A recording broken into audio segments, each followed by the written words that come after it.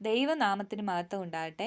യൂദായുടെ ലേഖനത്തിൽ നിന്നും നമുക്ക് എന്തൊക്കെയാണ് ഉപദേശങ്ങൾ പഠിക്കാൻ പറ്റുന്നത്, നമ്മുടെ ജീവിതത്തിൽ പ്രാവർത്തികമാക്കാൻ സാധിക്കുന്നതെന്ന് നോക്കാം. യൂദ എന്നു പേരുള്ള അനേകം വ്യക്തികളെ നമുക്ക് ബൈബിളിൽ പലയിടങ്ങളിൽ കാണാൻ സാധിക്കും. ഒന്നെന്ന് പറയുന്നത് യാക്കോബിൻ്റെ 12 പുത്രനായിരുന്നു യൂദ. അപ്പം ആ വ്യക്തിയല്ല ഈ ലേഖനം എഴുതിയിരിക്കുന്നതെന്ന് നമുക്ക് ഉറപ്പുണ്ട്. പിന്നെ കാണുന്നത് ഇസ്കരിയോത്ത യൂദയാണ്, യേശുവിനെ ഒറ്റിക്കൊടുത്ത യൂദയാണ്. ആ യൂദയുമല്ല ഈ ലേഖനം എഴുതിയിരിക്കുന്നത്. പിന്നെ വരുന്നതെന്ന് പറഞ്ഞാൽ യേശുവിൻ്റെ സഹോദരനായ യൂദയാണ്. മത്തായി എഴുതിയ സുവിശേഷം 13-ാം അധ്യായം 55 മുതൽ 56 വരെയുള്ള വാക്യങ്ങളിൽ ജെയിംസും ജോസഫ്, ശിമോന്, യൂദ പിന്നെ കുറച്ച് സഹോദരിമാരും യേശുവിനുണ്ടായിരുന്നു എന്ന് പറയുന്നുണ്ട്. മർക്കോസിന്റെ സുവിശേഷം 6-ാം അധ്യായം 3-ാം വാക്യത്തിൽ യേശുവിൻ്റെ സഹോദരങ്ങളെ പറ്റി പറയുന്നുണ്ട്.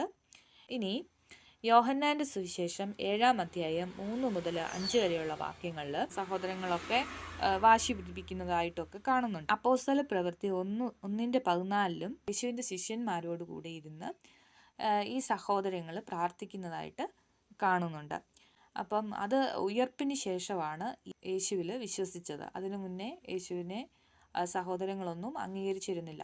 യേശുവിനെ ദൈവപുത്രനായിട്ട് ഇവരൊന്നും സ്വീകരിച്ചില്ല. യൂദ എന്ന വാക്കിൻ്റെ അർത്ഥം നന്ദിയുള്ളവൻ എന്നാണ്.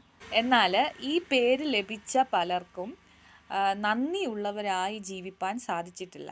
നമുക്ക് ബൈബിളിൽ തന്നെ ഒരുപാട് എക്സാമ്പിൾസ് ഉണ്ട്. യൂദ എന്ന പേര് പോലെ ദൈവത്തോട് നന്ദിയുള്ളവരായിട്ട് എപ്പോഴും ജീവിക്കാൻ ശ്രമിക്കാം. അതായത് നമ്മളെപ്പോഴും താങ്ക്സ് പറയാം.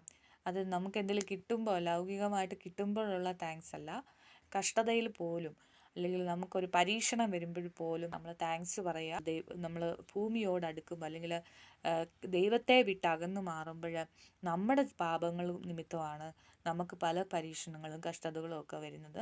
നമ്മൾ എപ്പോഴും അല്ലെങ്കിൽ ഏത് സിറ്റുവേഷനിലും നമ്മൾ നന്ദിയുള്ളവരായിട്ട് ദൈവത്തോട് കൂടെ ഇരിക്കുക. Thanks for watching. ബൈ.